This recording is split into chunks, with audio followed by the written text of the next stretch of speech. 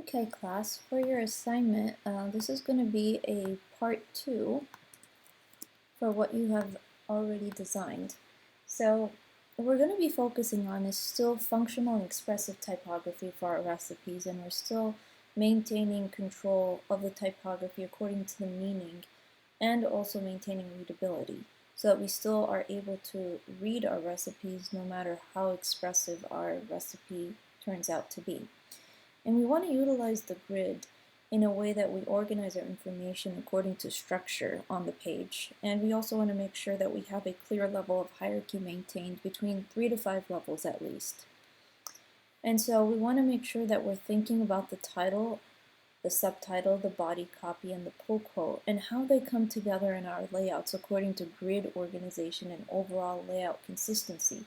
And so what that means is, how are we organizing all these different types of information on the page very much so according to our grid and according to how many levels of read we are establishing for our reader.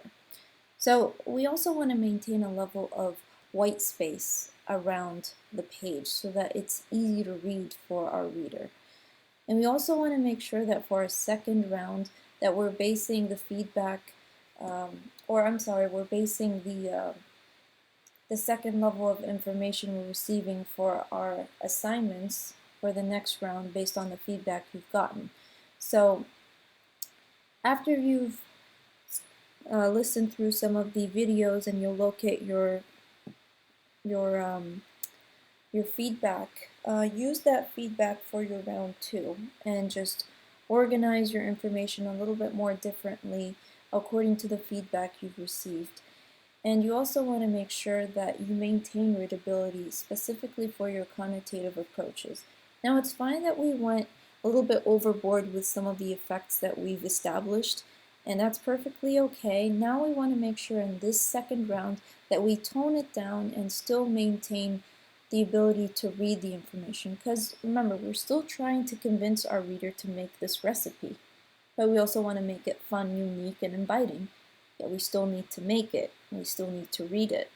So this is where we need to step back and say, okay, this is where we focus on some areas of the recipe that have those effects and those different treatments, and some areas might not necessarily need that, and they might just need just straightforward typography, just to read. And so the due date is next Saturday, October 24th in Blackboard.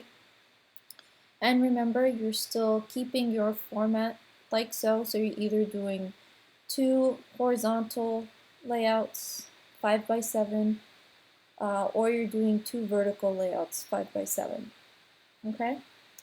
And you will see a little bit more information in Blackboard. If you have any questions, feel free to email me. I hope you're enjoying this assignment.